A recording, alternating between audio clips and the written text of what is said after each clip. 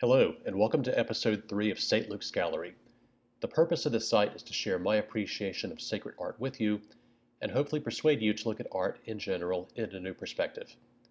This episode is posting on the 6th of January, the Epiphany, so it's fitting that I choose a work of art to celebrate this important holy day. And after much consideration, I've chosen the Adoration of the Magi by the obscure Venetian painter Giorgio da Castelfranco, better known simply as Giorgione. Before we dive in, let's start with a brief background. Giorgione is believed to have been born sometime between 1477 and 1478 in Castelfranco Veneto, Republic of Venice, which is part of modern-day Italy. Very little is known about his life, including the exact dates of his birth as well as his death.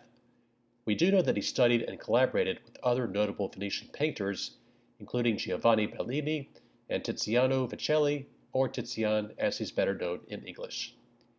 His style, as well as the style of other Venetians, was focused on color and mood, rather than on lineal precision, which was the force behind the rival Florentine artists of the time. And there are many debates over the attributions of his works. This was due to very inconsistent documentation over the ages. It is believed that Giorgione died in the year 1510 from the plague. On the previous slide, I mentioned Giorgione's focus on color and mood rather than lineal precision. This was a big differentiation between the 15th and the 16th century artists of Venice and Florence.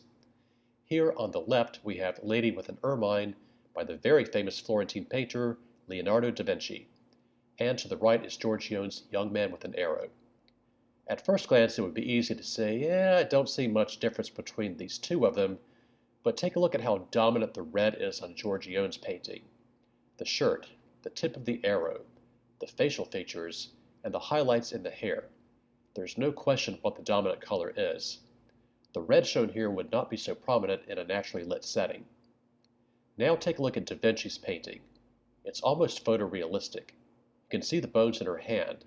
That ermine looks soft enough to pet, not that you would want to, and unlike Giorgione's portrait, which is highly romanticized, Da Vinci's is precise and unfiltered.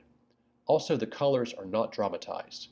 They are painted as they would literally appear in a naturally lit setting. These next three paintings are definitely not sacred art, but stay with me. Several of Giorgione's notable works skew towards the sensual and even the scandalous, and that's probably not a total surprise when you consider that the Venetian style adopted a very non-traditional focus on color as well as mood. And here we see three such works. In the upper left corner, Sleeping Venus. Below that, Pastoral Concert.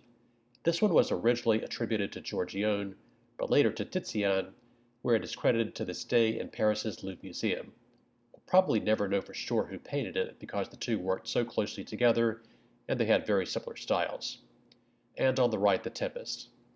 All three of these have been the subject of much speculation about the exact meanings of them, and the Sleeping Venus would go on to clearly inspire future works by Goya and Manet. So, what do these three paintings have to do with the Adoration of the Magi? Only a side note that God can use anyone for his works whenever he wants and no matter what they've done in the past. I think it's inspiring that an artist known for pushing the limits was able to transition to the humility and intimacy we're going to see later in the Adoration. And now we move on to the more sacred works by Giorgione. This is Castelfranco Madonna, also known as the Madonna and Child between St. Francis and St. Nicasius. It's an altarpiece, in fact it's Giorgione's only one, and it was created sometime between 1503 and 1504. This is one of the few paintings that we can firmly credit to Giorgione, and it's on display in the Castelfranco Church in Giorgione's hometown of Veneto. It's a nice transition from the secular works we just saw before we get to the Adoration, but note how the dramatic, untraditional use of color has carried over into this work. For example, Our Lady's bright pink dress, rather than the traditional blue. And then there's that almost dreamlike composition, juxtaposing Our Lady with the two saints and the Venetian countryside. There's no interaction at all between the four characters, and with the exception of St. Nicasius, the others are not looking directly ahead at us or even each other. An interesting little note before we move on. The Castelfranco Madonna was stolen in 1972, and once it was finally recovered, it was lovingly restored to its original glory in 2003. It then went on a pretty lengthy exhibition and was finally returned home to the church in 2005. And now we come to the Adoration of the Shepherds. I had hoped to post an episode during the octave of Christmas, but I was unable to do so, so here's my belated Christmas present to all my viewers. This is one of those that has been attributed to both Giorgione as well as Tizian. It resides in the National Gallery of Art in Washington, D.C., where it is credited to Giorgione. It was believed to have been painted sometime between 1505 and 1510. The painting was sold many times over the centuries, and at one time it was even on display in a department store window, if you can believe it.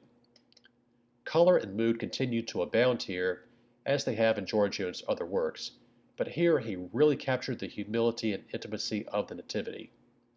Note how the bright colors of the shepherd's torn red shirt, Our Lady's blue cape, and St. Joseph's orange cape all work together to forcibly draw your attention down to the Christ child.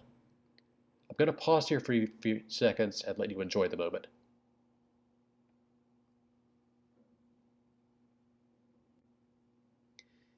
And now at last we come to the main event, the Adoration of the Magi. Giorgione is believed to have painted this sometime between 1506 and 1507. It was actually created as a predella, which is a platform or a step-in where an altarpiece stands. Today, this oil-on panel resides in London's National Gallery. There's a lot going on in this painting, so in the next few slides I'm going to divide it up to focus in on a few key things. Before we get there, take a look at how the colors in this one are a lot more muted than the sharper colors we saw previously on the Adorations of the Shepherds, as well as in the more secular works.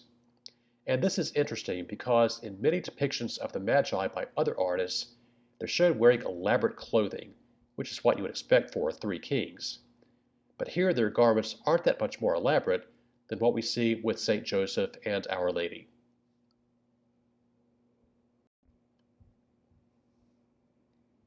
I think this section of the painting with this package from the book of Isaiah is a perfect pairing.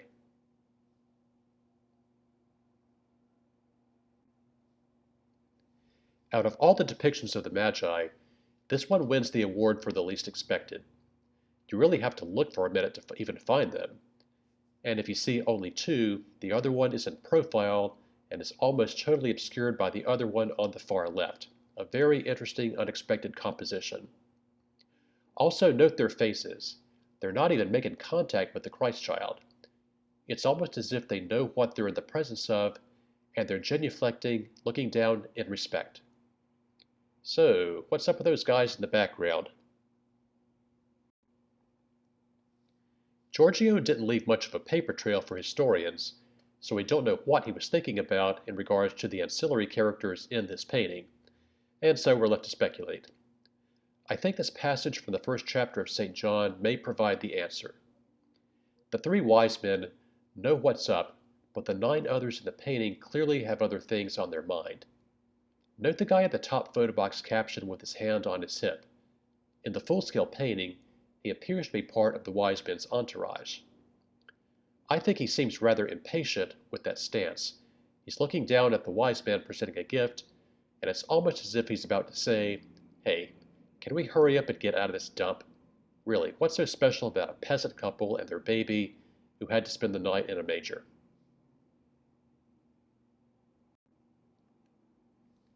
Altogether, there's a lot going on in Giorgione's The Adoration of the Magi, and I think that makes this an extra special work of sacred art.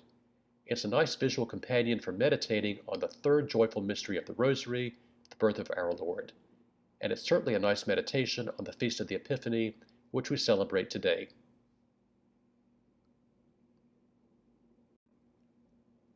And that concludes episode 3 of St. Luke's Gallery. Thank you for watching, and I invite you to come back again for additional presentations. Until then, visit stlukesgallery.com and also the channels on BitChute, Vimeo, Rumble, or YouTube. I'll have another episode in a few weeks. In the meanwhile, if you have a question or a comment, you can email me at mail@stlukesgallery.com. Thank you again, and may God bless you.